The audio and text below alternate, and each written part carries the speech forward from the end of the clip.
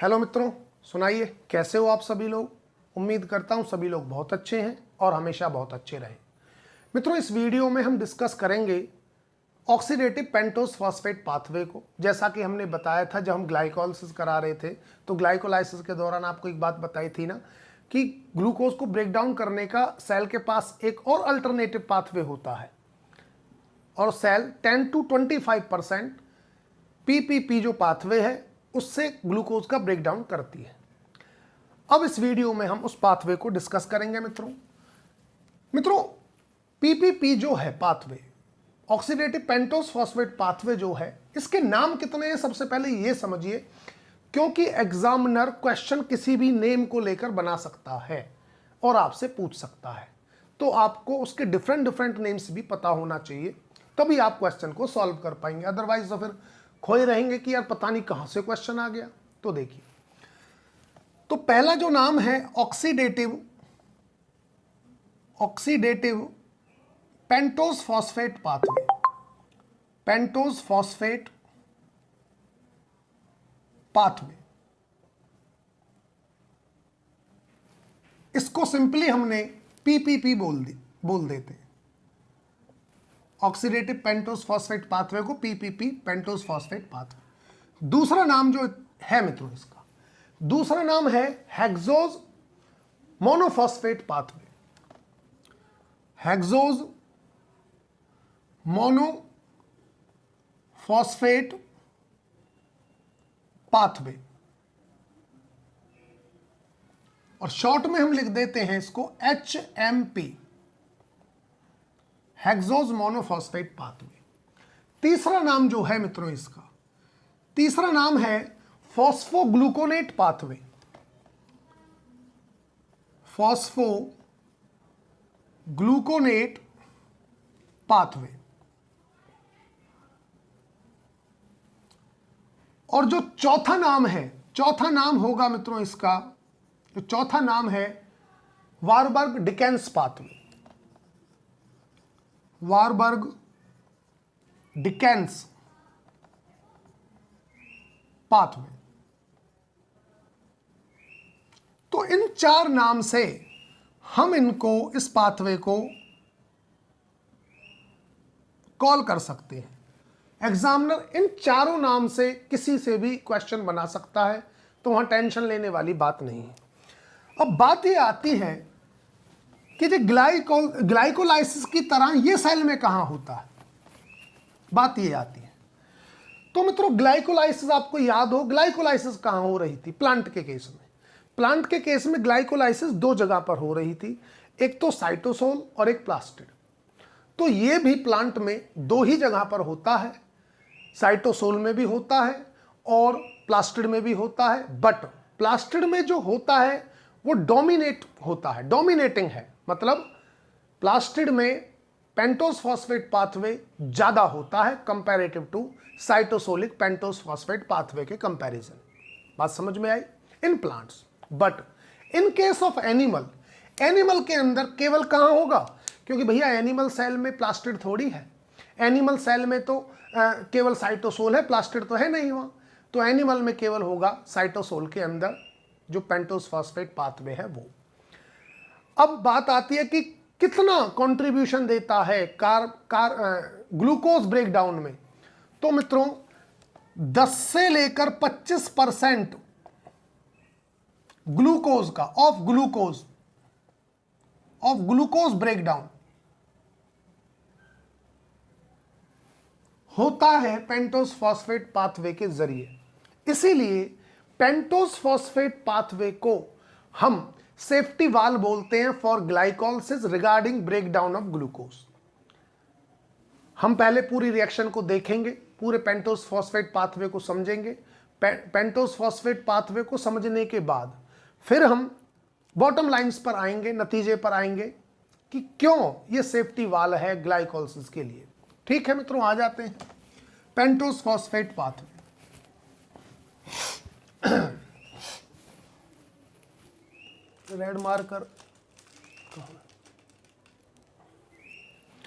Red marker ले लेते हैं जरा, थोड़ा सा कहीं कोई पॉइंट आएगा तो आपको थोड़ा इंपॉर्टेंट चीज बता दी जाएंगी। अब देखिए मित्रों, पेंटोज फॉस्फेट पाथवे के अंदर ग्लूकोज 6 फॉस्फेट पहला कंपाउंड होता है जो यूज होता है, और इसको अच्छी तरह से समझने के लिए हमें ये 6 मॉलिक्यूल लेने पड़ेंगे। 6 मॉलिक्यूल लिए हमने ग्लूकोज 6 फॉस्फेट। अब ये और बताइए कि ग्लूकोज 6 फॉस्फेट जो मॉलिक्यूल है वो कितने कार्बन मॉलिक्यूल है, कितने कार्बन कंपाउंड है, क्योंकि बीच बीच में आएंगे बहुत से कंपाउंड आएंगे जो आपको पता होना चाहिए कि कितने कार्बन कंपाउंड है। तो मित्रों इसकी एक सिंपल ट्रिक मैं आपको बताता हूं। आप किसी भी कंपाउंड में ये देखिए कि फॉस्फेट कौन से कार्बन पे लगा है, तो जिस भी कार्बन पर फॉस्फेट लगा है वो कंपाउंड उतने कार्बन होगा, उसमें उतने ही कार्बन मौजूद होंगे उस कंपाउंड के अंदर। क्यों, मैं ऐसा क्यों बोल रहा हूं, उसका कारण है क्योंकि कोई भी कंपाउंड के अंदर जब फॉस्फोराइलेशन होता है, पहली बार जब फॉस्फोराइलेशन होता है किसी भी कंपाउंड का, तो मोस्ट ऑफ केसेस में यह होता है कि वो फॉस्फोराइलेशन उस कंपाउंड के लास्ट कार्बन पर होता है, और अगर उस फॉस्फोराइलेशन के बाद अगर कोई हो रहा हो तो वो होता है फिर कार्बन नंबर 1 पर। बाद में कई बार ऐसे भी केसेस होते हैं कि ठीक है लास्ट वाले पर हुआ, लास्ट वाले पर होने के बाद ये देखा गया है कि कुछ मॉलिक्यूल में, कुछ में, रेयर में भी नहीं कहूं मैं कहूं रेयर में भी, रेयरेस्ट में ऐसा होता है कि पहले फॉस्फोराइलेशन हो गया, कार्बन नंबर जो लास्ट कार्बन है उस पर हो गया फॉर एग्जांपल, बाद में किसी एंजाइम, कोई एंजाइम उस फॉस्फेट की पोजीशन को चेंज कर देता है। ये किसी किसी केस में होता है। जैसे एक केस बताता हूं, आपने जब ग्लाइकोलाइसिस किया था तो वहां एक केस था, कौन सा केस था, 3PGA बना था। जब 3PGA बना था तो म्यूटेज एंजाइम ने इसको क्या किया था, म्यूटेज ने इसको चेंज किया था 2PGA के अंदर, ताकि एनोलेज एंजाइम इस पर काम कर सके और इस मॉलिक्यूल से वाटर निकाल सके। ग्लाइकोलाइसिस को याद करिए। तो देखिए फॉस्फोराइलेशन तो लास्ट कार्बन पे था, ये 3 कार्बन कंपाउंड है, लेकिन म्यूटेज क्या करता है, लास्ट कार्बन से फॉस्फेट को हटाकर कार्बन नंबर 2 पर लगा देता है, इस पर लगा दिया। अब यहां आप ये नहीं कह सकते इस फॉस्फेट को देखकर कि कार्बन नंबर 2 पर है तो 2 कार्बन मॉलिक्यूल होगा, नहीं, ये 3 कार्बन मॉलिक्यूल ही है, क्योंकि बस पोजीशन चेंज की गई एक एंजाइम के द्वारा।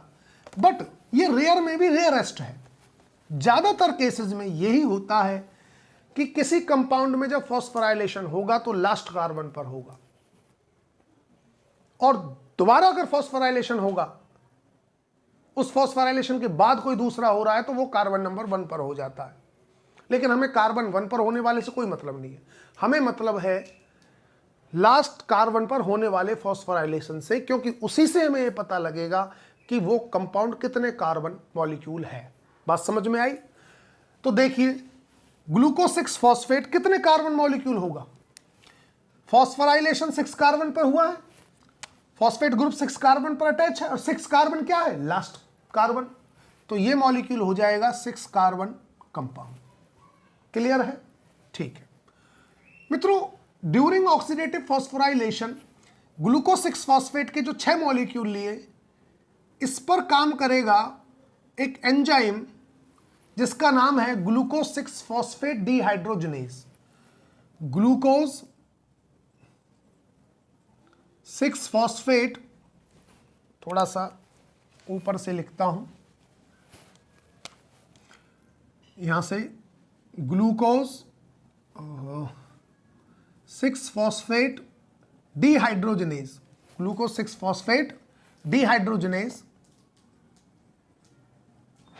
हाइड्रोजनेज जनेज एंजाइम है, हाइड्रोजनेज, और ये हाइड्रोजनेज क्या करेगा, ऑक्सीडेशन करेगा।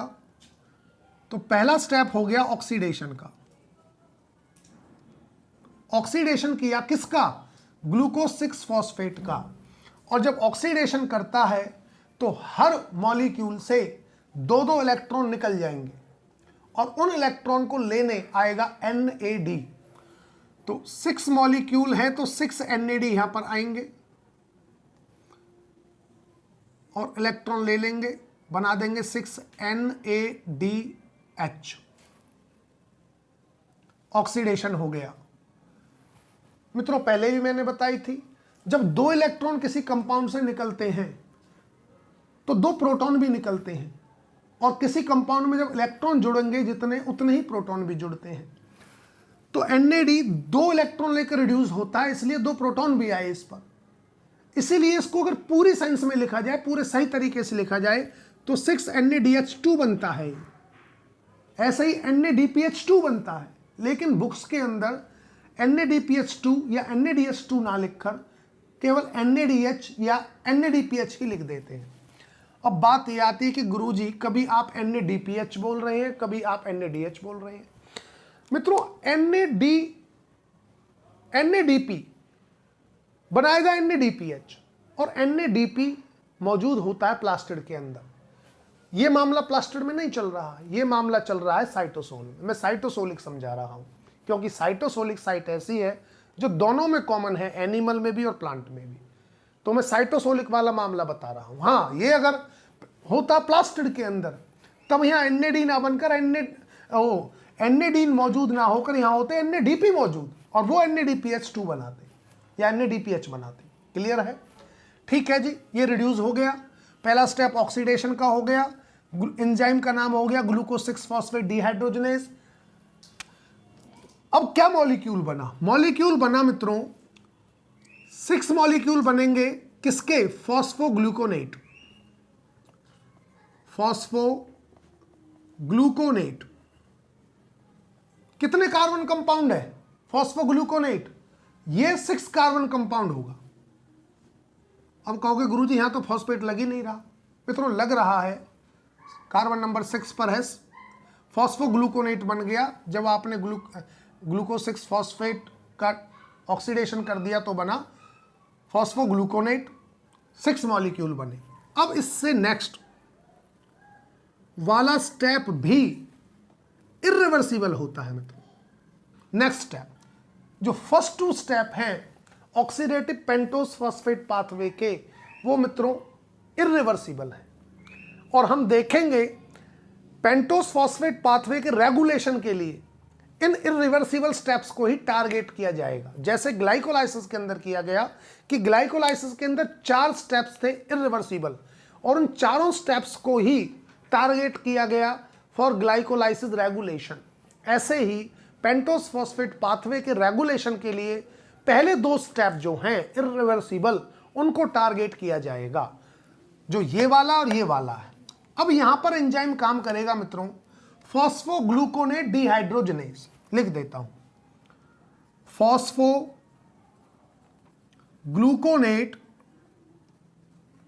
डिहाइड्रोजनेज।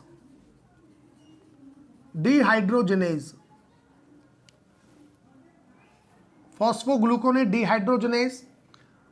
अब ये एंजाइम 2 काम करता है।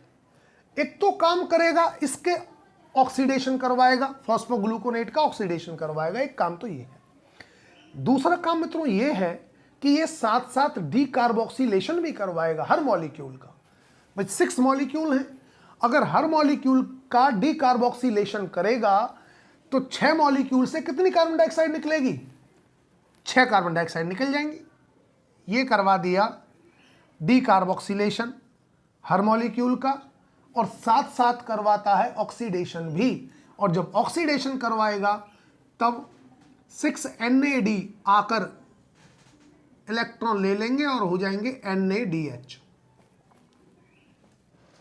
बात समझ में आई? तो जो पहला स्टेप है ये ऑक्सीडेशन का है। पहले स्टेप में केवल क्या हुआ? ऑक्सीडेशन। दूसरा जो स्टेप है ये क्या है? ये है मित्रों ऑक्सीडेटिव डीकार्बोक्सिलेशन। लिख देता हूं, ऑक्सीडेटिव डीकार्बोक्सिलेशन।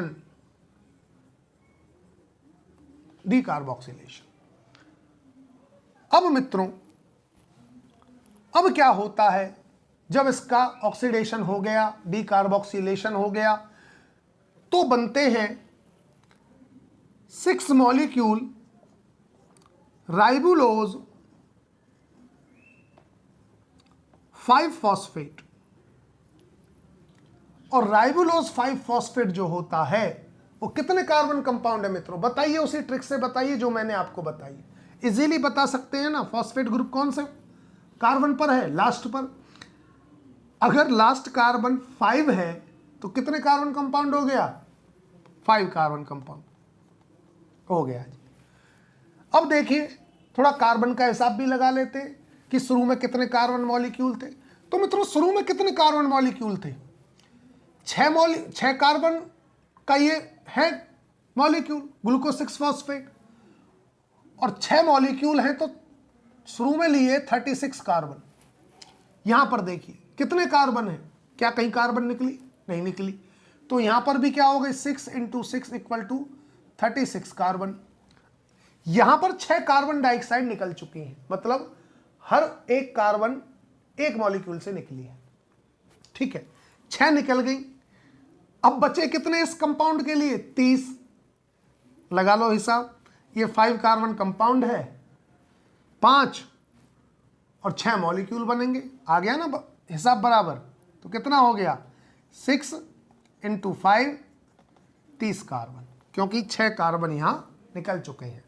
अब आगे, अब इस पर मित्रों 2 एंजाइम काम करेंगे। 2 एंजाइम कौन से काम करेंगे वो देखिए। इस पर एक तो एंजाइम काम करेगा आइसोमरेज,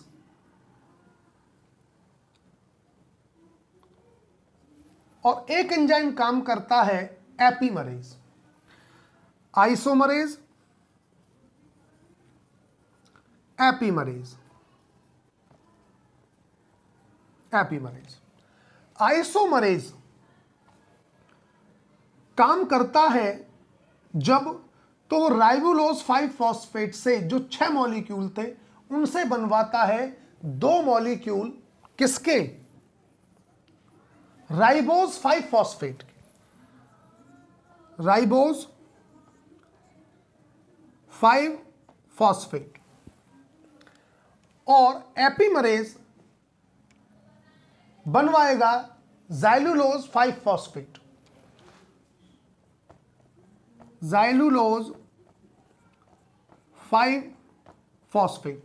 अब कार्बन का हिसाब लगा लेते, कोई टेंशन नहीं है, फॉस्फेट लगा ही रखें। ये कितने, पहले सबसे ये बताइए, सबसे पहले ये कितने कार्बन कंपाउंड होगा? 5 कार्बन। ये कितने कार्बन कंपाउंड होगा? 5 कार्बन। तो ये तो मैं लिख देता हूं कि ये भी 5 कार्बन कंपाउंड है और ये भी 5 कार्बन कंपाउंड है।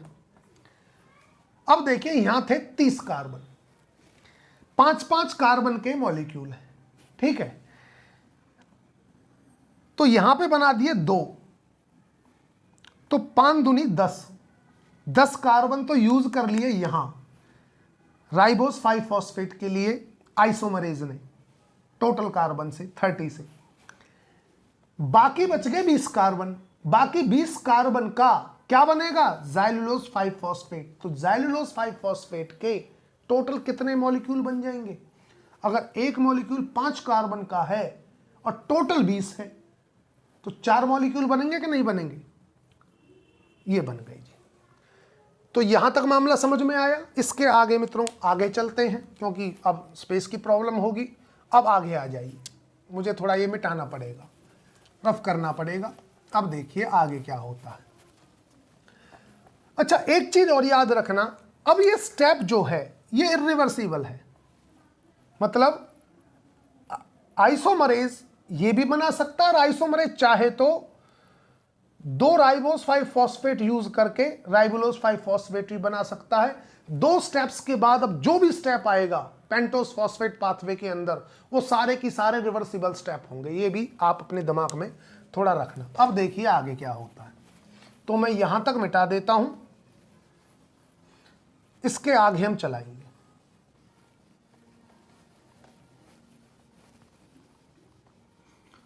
अब देखिए ये बना था, ठीक है, इनको मैं यहां लिख लेता हूं, तब मिटाऊंगा।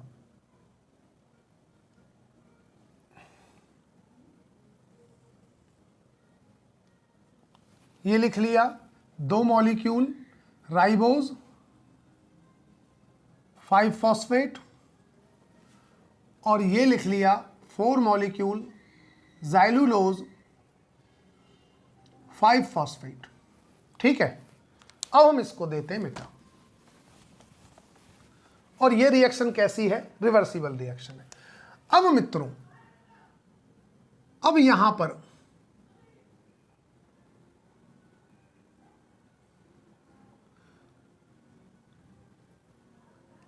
एंजाइम काम करेगा,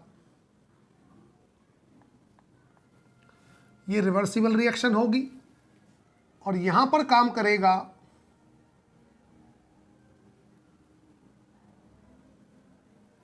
एक एंजाइम, और ये क्या मॉलिक्यूल बनवाएगा। ये दोनों क्यों जोड़ी हैं ये बताऊंगा मैं। यहां पर काम करेगा थायमीन पायरोफॉस्फेट, मैं शॉर्ट में लिख देता हूं TPP, और यहां पर काम करेगा ट्रांसकीटोलेज। ट्रांसकीटोलेज, ट्रांसकीटोलेज। अब देखिए सीन क्या होगा। ये जो 5 कार्बन कंपाउंड था, राइबोस 5-फॉस्फेट, 5 कार्बन कंपाउंड है, ये भी 5 कार्बन कंपाउंड है। ये दोनों कंपाउंड अपने 2-2 कार्बन, दोनों कंपाउंड 2-2 कार्बन दे देंगे ज़ैलुलोज वाले को, और ज़ैलुलोज के कितने मॉलिक्यूल को देंगे? 2 भाई अगर ये अपने 2-2 कार्बन निकालेंगे तो ये इसके जो 4 मॉलिक्यूल हैं ज़ैलुलोज 5-फॉस्फेट के, इसके 2 मॉलिक्यूल ले लेते हैं उन 2 कार्बन्स को। मतलब 2 मॉलिक्यूल जब लेंगे, बाकी 2 का क्या हुआ ये हम बाद में डिस्कस करते हैं, जो बच गए। जब ज़ैलुलोज 5-फॉस्फेट के 2 मॉलिक्यूल ने 2-2 कार्बन ले लिए राइबोलोज 5-फॉस्फेट से, तो ये 7 कार्बन का हो जाएगा। 5 का तो ऑलरेडी था भाई, 2-2 और ले लिए, तो यहां बने 2 मॉलिक्यूल सूडोहेप्टुलोज 7-फॉस्फेट, सूडोहेप्टुलोज 7-फॉस्फेट, क्योंकि 2 मॉलिक्यूल ने लिए थे तो 2 मॉलिक्यूल बनेंगे। अब देखिए, अब ये 2 मॉलिक्यूल इन्होंने दिया है, 5 कार्बन का था, 2-2 निकाल दिए, तो कितने कार्बन का रह गया? 3 कार्बन का रह गया, और ये मॉलिक्यूल बना लेते हैं 2 मॉलिक्यूल ग्लिसरैल्डिहाइड 3-फॉस्फेट, ग्लिसरैल्डिहाइड 3-फॉस्फेट। ये थोड़ा नीचे लिख लेते हैं ताकि मामला थोड़ा बराबर सा दिखे। यहां लिख लो 2 मॉलिक्यूल किसके? सूडोहेप्टुलोज 7-फॉस्फेट। अब बताइए ये कितने कार्बन कंपाउंड होगा?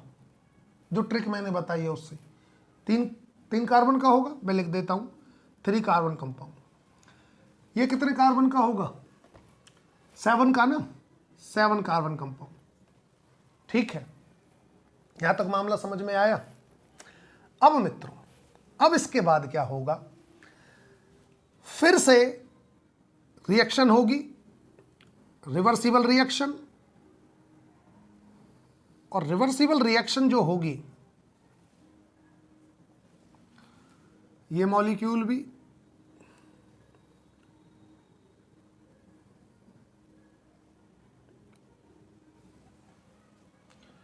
अब ट्रांसकीटोलेज के बाद एंजाइम काम करेगा ट्रांसएल्डोलेज। यहां पे काम करेगा ट्रांसएल्डोलेज, ट्रांसएल्डोलेज। और ट्रांसएल्डोलेज अब क्या करेगा? अब थोड़ा आप ध्यान से देखें। ट्रांसएल्डोलेज ये करेगा कि जो ये बने हैं कितने? 3 कार्बन कंपाउंड, ये 3 कार्बन कंपाउंड था ना। अब इन 3 कार्बन कंपाउंड को सूडोहेप्टुलोज 7-फॉस्फेट जो कंपाउंड है वो 3-3 कंपाउंड दे देगा। जब 2 कंपाउंड से 3-3 कंपाउंड कार्बन निकलकर सूडोहेप्टुलोज 7-फॉस्फेट के 2 मॉलिक्यूल से 3-3 कार्बन निकलकर ग्लिसरैल्डिहाइड 3-फॉस्फेट में जुड़ जाती है, तो ग्लिसरैल्डिहाइड 3-फॉस्फेट जो 3 कार्बन था वो तो 6 कार्बन हो जाएगा। बात समझ में आई? ठीक है, ले लिए जी 3-3 कार्बन, 3-3 कार्बन आकर ग्लिसरैल्डिहाइड 3-फॉस्फेट में ऐड कर देता है ट्रांसएल्डोलेज। तो 2 मॉलिक्यूल बनते हैं यहां पर फ्रक्टोज 6 फॉस्फेट के, फ्रक्टोज 6 फॉस्फेट। कितने मॉलिक्यूल? 2 मॉलिक्यूल। अब देखिए, अब यहां इसने निकाले कितने कार्बन थे? 3 कार्बन, 3 कार्बन निकाले ना, 7 कार्बन का था, 3 कार्बन दे दिए दोनों मॉलिक्यूल ने, तो 2 मॉलिक्यूल कितने कार्बन का बच गया? 4 कार्बन का बच गया ना। तो यहां पर बना 2 मॉलिक्यूल अराइथ्रोज 4 फॉस्फेट, अराइथ्रोज 4 फॉस्फेट। ये 6 कार्बन, ये 4 कार्बन, 4 कार्बन देखो 4 पर लगा है फॉस्फेट। तो जो मैंने ट्रिक बताई उसको जरूर याद रखना, इजीली आप ये बता दोगे कि कौन सा कंपाउंड कितने कार्बन का है। ये बन गया। अब मित्रों, अब याद करिए आप, जब ज़ाइलुलोज 5 फॉस्फेट बना था तो ज़ाइलुलोज 5 फॉस्फेट के 2 मॉलिक्यूल ने लिया था ना, 2 मॉलिक्यूल ने लिए थे ज़ाइलुलोज 5 फॉस्फेट के ने 2 कार्बन, बाकी 2 ने तो नहीं लिए थे। जब 2 ने नहीं लिए थे तो वो जो ज़ाइलुलोज बच गया था, ज़ाइलुलोज 5 फॉस्फेट, अब ये ज़ाइलुलोज 5 फॉस्फेट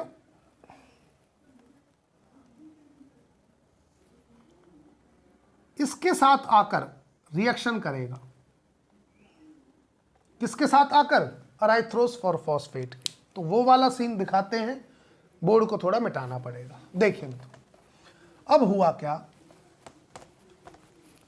ये वाला स्टेप नहीं मिटाएंगे, ये वाला ऊपर लिखेंगे तब समझ में आएगा।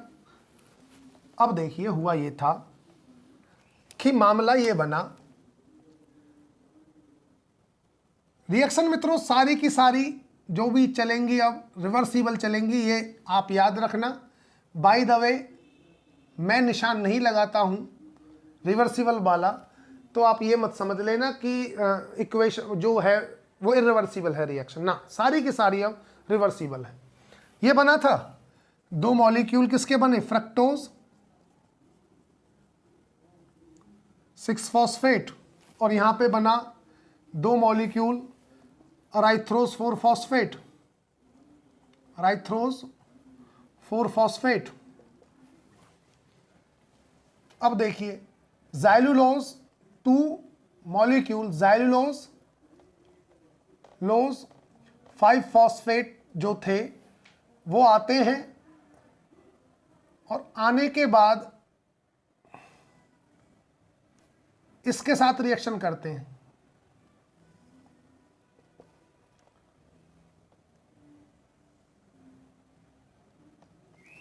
अब मैं ये मिटा देता हूं। तो देखिए, ठीक है, इस रिएक्शन के बाद क्या बनेंगे वो बात करते हैं। कब? पहले इसका बता देते हैं। यहां पर जो 2 मॉलिक्यूल बने फ्रक्टोज 6 फॉस्फेट, फ्रक्टोज 6 फॉस्फेट आगे जाकर यहां पे काम करेगा हेक्सो आइसोमरेज। एंजाइम कौन सा? Hexo isomerase, valid.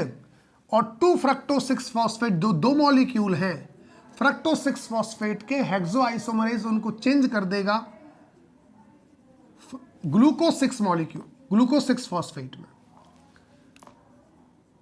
Glucose 6 phosphate. 2 molecule तो बन चुके ग्लूकोज 6 फॉस्फेट के, ठीक है, कोई बात नहीं। अब यहां से देखते हैं इसने क्या किया। जो 2 मॉलिक्यूल थे अराइथ्रोज 4 फॉस्फेट, उसने जब रिएक्शन किया ज़ाइलुलोज 5 फॉस्फेट के साथ, तो इसने बनाया यहां पर ये मॉलिक्यूल, 2 मॉलिक्यूल 3 कार्बन देंगे इसको। अच्छा, ये कितने कार्बन कंपाउंड है? 4 कार्बन। कितने कार्बन कंपाउंड है? ये 4 कार्बन कंपाउंड, नहीं, ये 5 कार्बन कंपाउंड है मित्रों, कंपाउंड लिख लीजिए। अब देखिए, xylulose 5 phosphate 5 carbon compound, erythrose 4 phosphate 4 carbon compound, इसके दो मॉलिक्यूल, दो दो कार्बन इसको दे देंगे अराइथ्रोस 4 फॉस्फेट को। तो अराइथ्रोस 4 फॉस्फेट दो दो कार्बन लेकर दो मॉलिक्यूल बनेंगे फ्रक्टोज 6 फॉस्फेट के। फ्रक्टोज चाहो तो ऐसे लिख सकते हो, फुल फॉर्म ना, मतलब फुल ना लिखकर, फ्रक्टोज 6 फॉस्फेट, दो मॉलिक्यूल बन गए। अब ये कितने कार्बन हो गया? 6 कार्बन। अब बचे कितने भाई? 3 कार्बन बच गया, 2 तो इसको दे दिया और 2 इसको देने के बाद 4 से 6 कार्बन का हो गया दो मॉलिक्यूल। ये रहे 3 कार्बन के ही, तो 3 कार्बन का बना एक ग्लिसरॉल, दो मॉलिक्यूल किसके? ग्लिसरॉल्डिहाइड 3 फॉस्फेट, ये दो मॉलिक्यूल बने। इस मॉलिक्यूल का क्या होता है? इस मॉलिक्यूल पर भी एक्शन करता है हेक्सोआइसोमरेज।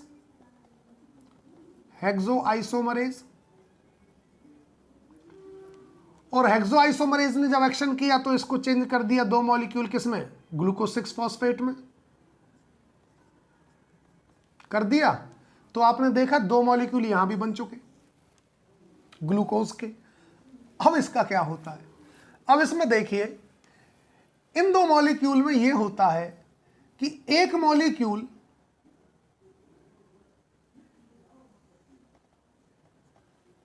तो बनाता है DHAP,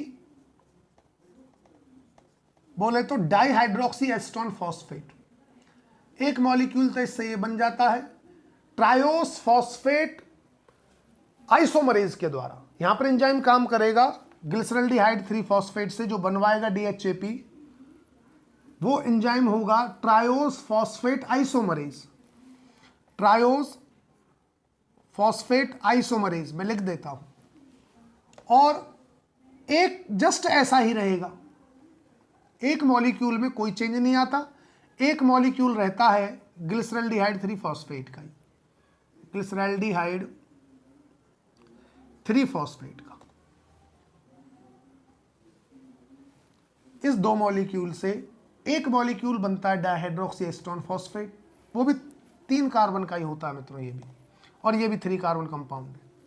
बस कन्वर्जन किया है ग्लिसरॉल्डिहाइड 3 फॉस्फेट को, जो ट्रायोस फॉस्फेट आइसोमरेज एंजाइम था, DHAP बना दिया। एक एज इट इज छोड़ दिया ग्लिसरॉल्डिहाइड 3 फॉस्फेट में। ये भी रिवर्सिबल रिएक्शन होगी। अब देखिए, आपको याद हो मित्रों, ग्लाइकोलाइसिस जब की थी, जब ग्लाइकोलाइसिस की थी आपने, और ग्लाइकोलाइसिस का जब स्टेप देखा था आपने, फ्रक्टोज 1,6 बिस फॉस्फेट पर जब एल्डोलेज काम कर रहा था, तो वहां से दो चीजें बन रही थी। एक तो बन रही थी ग्लिसरॉल्डिहाइड 3 फॉस्फेट और एक बन रहा था डाइहाइड्रोक्सी एस्टोन फॉस्फेट, याद है? अब देखिए, अब उल्टा कर दीजिए। अब हाइड्रोक्सी एस्टोन फॉस्फेट मिल जाए और ये मिल जाए, उल्टा कर दीजिए, तो क्या बन जाएगा? Fructose 1,6 bis phosphate, fructose 1,6 bis phosphate, ये बन जाएगा मित्रों। अरे यार, सिंपल सी बात है, ग्लाइकोलाइसिस में भी तो ऐसा हुआ था। जब फ्रक्टोज 1,6 बिस फॉस्फेट बना था तो एल्डोलेज ने उसको दो कंपाउंड बना दिए थे, उससे 3-3 कार्बन के, ग्लिसरॉल्डिहाइड 3 फॉस्फेट और डाइहाइड्रोक्सी एस्टोन फॉस्फेट, जो मैं बता रहा था कि ये आपस में भी चेंज हो सकते हैं। और ये भी बताया था कि 96% सेल के अंदर इक्विलिब्रियम स्टेज में जब सेल होती है तो 96% सेल के अंदर DHAP मौजूद होता है और 4% ग्लिसरॉल्डिहाइड 3 फॉस्फेट होता है। ग्लिसरॉल्डिहाइड 3 फॉस्फेट आगे जाता रहता है ग्लाइकोलाइसिस में, और DHAP कन्वर्ट होता रहता है ग्लिसरॉल्डिहाइड 3 फॉस्फेट में, बताया था।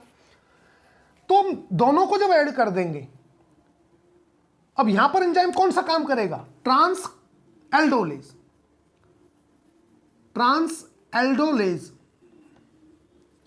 और इस रिएक्शन को कौन कराए थे? इस रिएक्शन को कराया था एंजाइम ट्रांसकीटोलेज।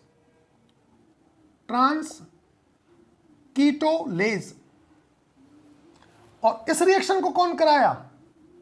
ग्लिसरॉल्डिहाइड, जो ग्लिसरॉल्डिहाइड 3 फॉस्फेट से DHAP बनवाया, इसको कराया ट्रायोस फॉस्फेट आइसोमरेज एंजाइम। ये बन गया। अब यहां से इस मॉलिक्यूल पर काम करता है एक एंजाइम फ्रक्टोज 1,6 बिसफॉस्फेट फॉस्फेटेज। तो ये क्या करेगा, देखिए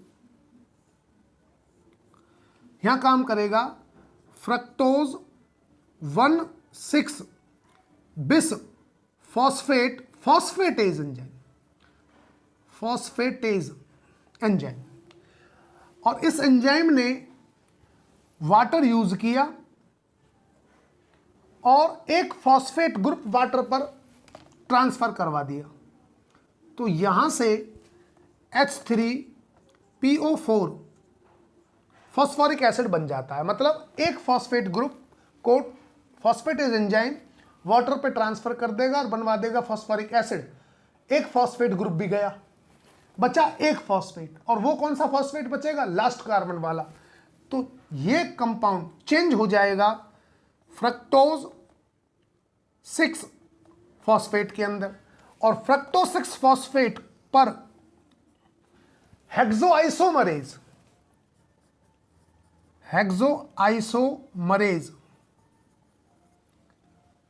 कितने कार्बन कंपाउंड है, ये भी लिख देते हैं 6 कार्बन। ये कितना, 6 कार्बन। हेक्सोआइसोमरेज फ्रक्टोज 6 फॉस्फेट को किस में चेंज कर देगा, ग्लूकोज 6 फॉस्फेट में।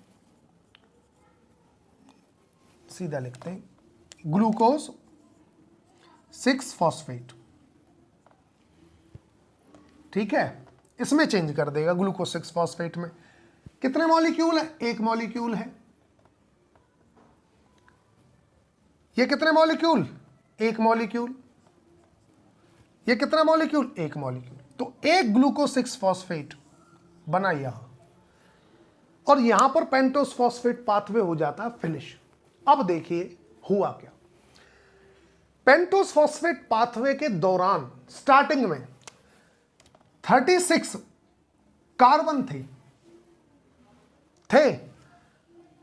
36 में से 6 कार्बन निकल जाते हैं CO2 की फॉर्म में सेकेंड स्टेज पर, जहां पर ऑक्सीडेटिव डीकार्बोक्सिलेशन हो रहा था। बाकी बच गए 30 कार्बन। बाकी 30 की 30 कार्बन जा रहे हैं किसके अंदर, ग्लूकोज 6 फॉस्फेट के रीजनरेशन। इन 30 कार्बन ने ग्लूकोज 6 फॉस्फेट बनाया डीकार्बोक्सिलेशन स्टेप के बाद। देखिए अब गिनते हैं कितने बने 30 कार्बन से। भाई ग्लूकोज 6 फॉस्फेट कितने कार्बन कंपाउंड है, 6 फॉस्फेट बने, बोला 6 कार्बन। और कार्बन कितने बचे, 30। तो 30 कार्बन में से 6 कार्बन कंपाउंड कितने बनेंगे, 5 बनेंगे। दो देखो गिन लो, 2 यहां, 2 यहां और 1 यहां। 2 2 4 और 1 5, 5 बने, 30 से बन गए। 6 कार्बन कहां लॉस हुआ, मतलब एक मॉलिक्यूल का लॉस हुआ था पेंटोस फॉस्फेट पाथवे के दौरान। ग्लूकोज 6 फॉस्फेट का एक मॉलिक्यूल लॉस्ट होता है, जो एज ए डीकार्बोक्सिलेशन जिसका हुआ 6 कार्बन डाइऑक्साइड निकले थे ना सेकेंड स्टेप पर। तो ये 6 कार्बन का लॉस 36 में से हुआ था डीकार्बोक्सिलेशन स्टेज पर, जो वो स्टेप आया था। बाकी 30 कार्बन ने तो ग्लूकोज 6 फॉस्फेट ही रीजनरेट किया। अब 30 कार्बन से 6 ना बनकर कितने बनेंगे, 5 बनेंगे ग्लूकोज 6 फॉस्फेट के मॉलिक्यूल। ये बात समझ में आई। अब देखिए, अब थोड़ा सा हिसाब और लगाते हैं, बॉटम लाइन पर आते हैं। पेंटोस फॉस्फेट पाथवे की बॉटम लाइन क्या है। एंजाइम्स सारे बता दिए मैंने, कौन से एंजाइम ने कहां काम किया है। अब देखिए, अब निचोड़ पर आते हैं बात के, ठीक है। इतना लंबा चौड़ा में भी हो सकता है याद ना रहे आपको, बॉटम लाइन जरूर याद रहे। बॉटम लाइन ये थी कि 6 मॉलिक्यूल लिए ग्लूकोज 6 फॉस्फेट के, और इन्होंने कुछ एंजाइम की हेल्प से बनाया 5 मॉलिक्यूल ग्लूकोज 6 फॉस्फेट के। यही तो था। हुआ क्या, क्यों बनाए 5? क्योंकि हमने देखा 6 मॉलिक्यूल तो निकल गए थे डी कार्बोक्सिलेशन स्टेप में। तो यहां पर कितने कार्बन मॉलिक्यूल है टोटल? टोटल बताना है, टोटल बताइए। 36। यहां पर कितने, जब 6 लॉस हो गए तो कितने? 30। अब लगा लीजिए हिसाब भाई, ये 6 कार्बन कंपाउंड 5 बन रहे हैं, तो 5 × 30 नहीं आएगा? यहां पे लगा लो, ये 6 कार्बन कंपाउंड कितने हैं? 6, 36। हिसाब बराबर है, ठीक है। तो ये तो हमने कार्बन का देख लिया। अब देखते हैं फॉस्फेट का हिसाब। फॉस्फेट का हिसाब देखिए, यहां पर फॉस्फेट कितने हैं? क्योंकि हर ग्लूकोज के पास एक फॉस्फेट है लास्ट वाले कार्बन पर, बोले तो कार्बन नंबर 6 पर, ग्लूकोज 6 फॉस्फेट के अंदर। तो टोटल फॉस्फेट यहां कितने हैं? 6 फॉस्फेट हैं। टोटल की बात कर रहे हैं मित्रों, टोटल फॉस्फेट कितने हैं? 6, ग्लूकोज 6 फॉस्फेट के पास कितने हैं टोटल? 6। यहां कितने हैं? ग्लूकोज 6 फॉस्फेट के पास 5, ग्लूकोज 6 फॉस्फेट के 5 होंगे 5 फॉस्फेट। तो एक फॉस्फेट कहां गया? अब याद करिए पीपीपी को, कि एक फॉस्फेट गया था जो वाटर पर फॉस्फेट ग्रुप का ट्रांसफर कर रहा था, फ्रक्टोज 1,6 बिसफॉस्फेट फॉस्फेटेज एंजाइम कर रहा था ना। वाटर यूज किया था और वाटर चेंज हुआ था फॉस्फोरिक एसिड के अंदर।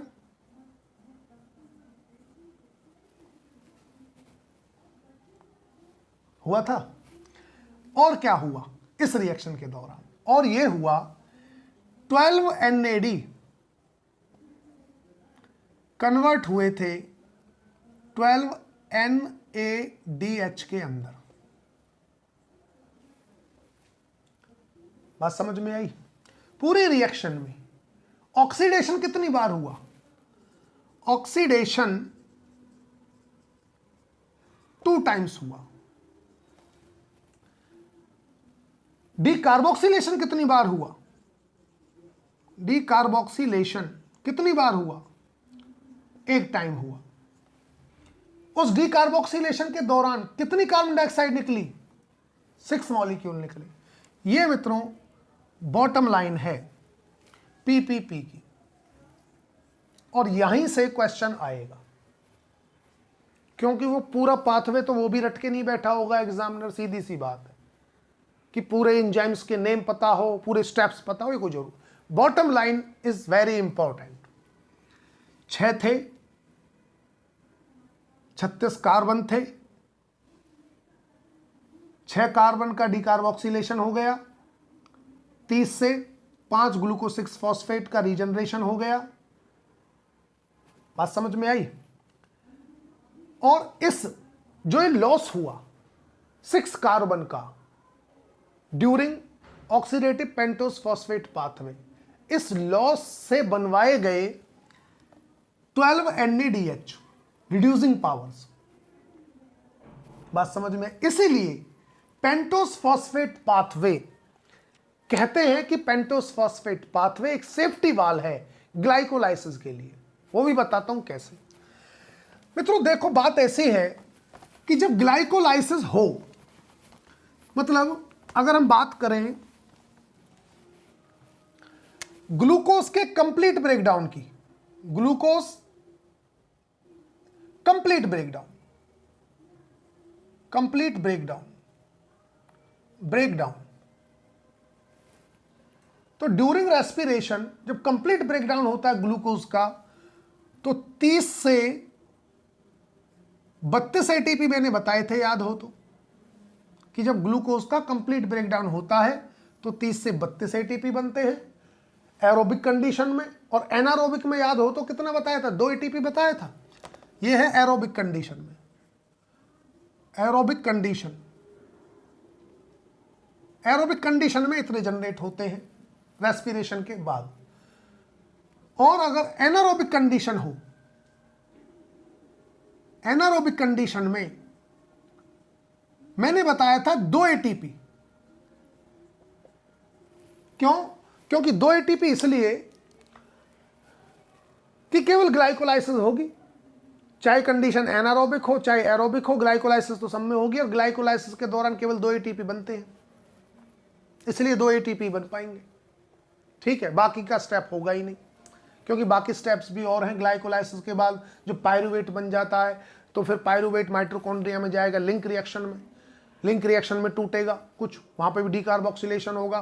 फिर लिंक रिएक्शन के का जो प्रोडक्ट होता है वो एसिटाइल कोएंजाइम बनता है, एसिटाइल कोएंजाइम जाएगा फिर माइटोकॉन्ड्रिया में क्रेब साइकिल में, फिर वहाँ पे डीकार्बोक्सिलेशन होगा 2 बार, वो निकलेंगे। तो टोटल मिलाकर टोटल कंप्लीट रेस्पिरेशन होने के बाद एरोबिक कंडीशन में 30 से 32 एटीपी बनते हैं और एनारोबिक कंडीशन में बनते हैं 2। अब देखिए पेंटोस फॉस्फेट पाथवे ने क्या किया। पेंटोस फॉस्फेट पाथवे ने पीपीपी ने कितने एनएडीपीएच बनवाए? एनएडीपीएच बनवाए थे, एनएडीपीएच नहीं सॉरी एनएडीएच 12। चाहे एक एनएडीपीएच हो, एनएडीएच, या एक एनएडीपीएच हो, इससे जनरेट होते हैं 2.5 एटीपी, ये याद रखना। जबकि एफएडीएच से 1.5 होता है, वो आप आगे देखोगे रेस्पिरेशन में कैसे। एक एनएडीएच इक्वल टू एक एनएडीपीएच, और ये जनरेट करता है 2.5 एटीपी। तो बने कितने थे पेंटोस फॉस्फेट पाथवे के दौरान? 12 बने थे। 12 को आप मल्टीप्लाई करिए 2.5 से, कितना आता है? 30 एटीपी बनता है।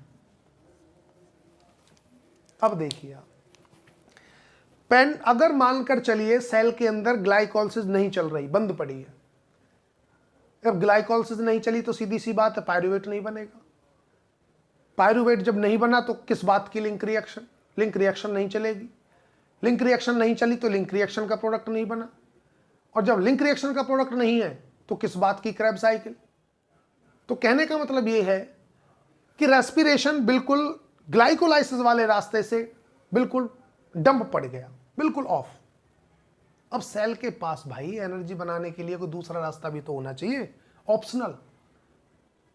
अगर सेल के पास ऑप्शनल नहीं होगा, नेचर नहीं देगा सेल के पास दूसरा रास्ता ऑप्शनल, जो दिया oxidative pentose phosphate pathway cell के पास होता है। अगर ग्लाइकोलाइसिस वाले रास्ते से रेस्पिरेशन डंप पड़ जाए, फेल हो जाए, ना चल पाए, तो सेल के पास एक दूसरा रास्ता है पेंटोस फॉस्फेट पाथवे वाला। वहां से वो एनएडीएच बनवाए, और एनएडीएच जाए माइटोकॉन्ड्रिया में और इलेक्ट्रॉन ट्रांसपोर्ट चेन में, वहां से एटीपी बनवा ले। तो भी एटीपी कितने बन जाएंगे? जितने कंप्लीट रेस्पिरेशन होने पर बनते हैं। हमने देखा ना कंप्लीट पर 30 से 32 बन रहे थे, और पेंटोस फॉस्फेट पाथवे से भी कितना बन सकता है? 30 एटीपी। इसलिए बोला पेंटोस फॉस्फेट पाथवे को it is a safety valve for glycolysis regarding glucose breakdown. और कितने ग्लूकोज का पेंटोस फॉस्फेट पाथवे के जरिए ब्रेकडाउन होता है सेल में? तो वो होता है मित्रों 10 से 25% ग्लूकोज का ब्रेकडाउन पेंटोस फॉस्फेट पाथवे के जरिए ही होता है। तो मित्रों उम्मीद करता हूं सब कुछ समझ में आया है, क्लास ठीक ही रही ओवरऑल। कोई दिक्कत आती है इसके बाद भी किसी स्टेप पर कोई बात समझ में ना आई हो, ठीक है ना। इसमें मैंने एक ट्रिक और बताई थी बीच में कि कैसे ये पहचानो आप कि कोई भी कंपाउंड कितने कार्बन का है। तो बस फॉस्फेट को देखिए आप कि फॉस्फोराइलेशन उसके कौन से कार्बन पर है, क्या लिखा है। 6 फॉस्फेट लिखा है तो आंख बंद करके 6 कार्बन मॉलिक्यूल है। 7 फॉस्फेट लिखा है तो आंख बंद करके लिखिए 7 कार्बन मॉलिक्यूल है। वो टेंशन ही नहीं है। बात समझ में आई? ठीक है मित्रों, इसके बाद भी अगर आपको कोई प्रॉब्लम आई है, कोई डाउट्स हैं, आप कमेंट बॉक्स में मुझे लिखकर जरूर बताएं, आपके डाउट्स में जरूर लूंगा। ठीक है, फिर मिलते हैं नेक्स्ट वीडियो में नेक्स्ट लेक्चर के साथ। तब तक के लिए thank you so much. Okay bye.